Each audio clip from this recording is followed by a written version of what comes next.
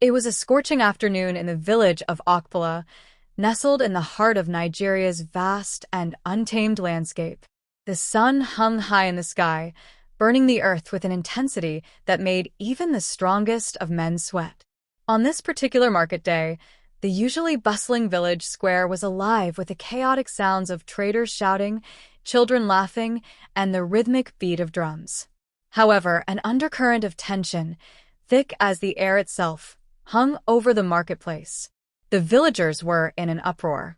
A royal decree had been sent from the palace of Prince Chijioke, the young, fiery heir to the throne.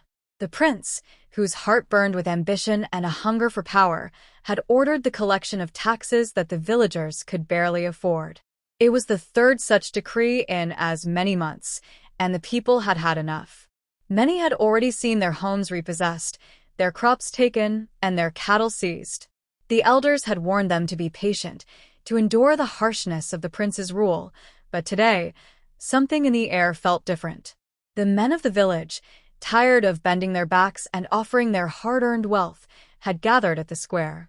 It was a rare sight, for such defiance had not been seen in Okpala for generations. A small group of young men, led by the fiery Okoro, stood at the forefront, their faces contorted with anger and frustration. Okoro's father, an old man of wisdom and authority, had died under mysterious circumstances just a few weeks prior. His family had never been compensated for the loss, and the prince's men had only taken advantage of the mourning. "Today we fight for justice," Okoro shouted, his voice cutting through the air like the crack of a whip. The other men, clad in ragged clothes but burning with resolve, raised their fists and shouted in agreement. As if on cue, the sound of hooves grew louder, and the ground trembled beneath the arrival of the king's soldiers. A dozen mounted soldiers, clad in gleaming armor, rode into the village square. Their eyes were cold, their posture stiff, and their expressions impassive.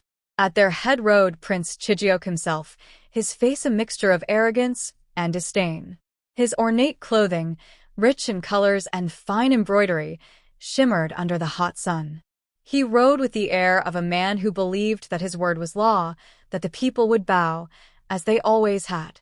"I am the prince," he declared, his voice booming over the square, "and you will obey my orders." The villagers, already seething with resentment, stood their ground.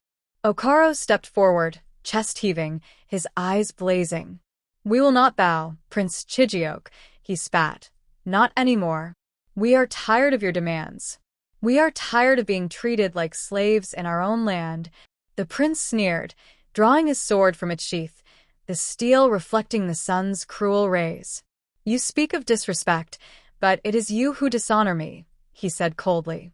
"This land belongs to my father and to me. You will pay what you owe, or there will be consequences."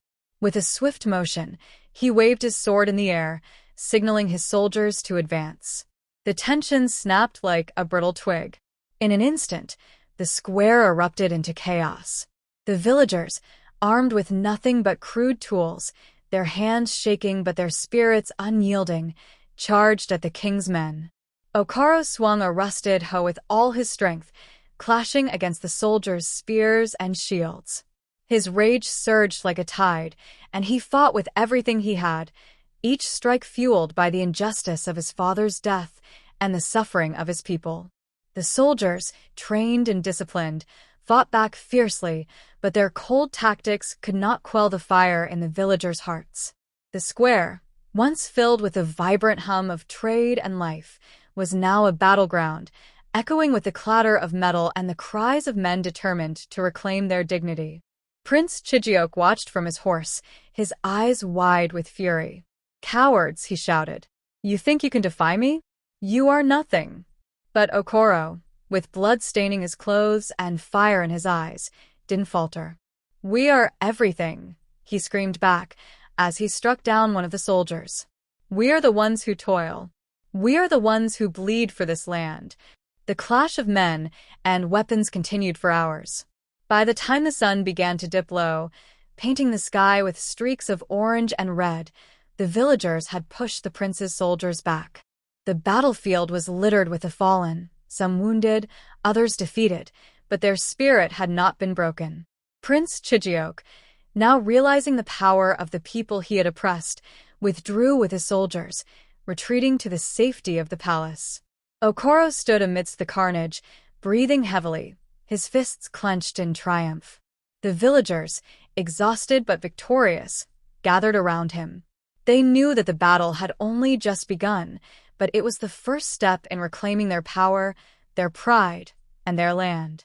In the distance, the sounds of the market resumed, but there was a different energy now, one of defiance, of hope, of anger. The people of Akpala had shown that no man, not even a prince, could silence their will. And from that day forward, the villagers knew that their fight for freedom had just begun, and no royal decree would ever again go unchallenged.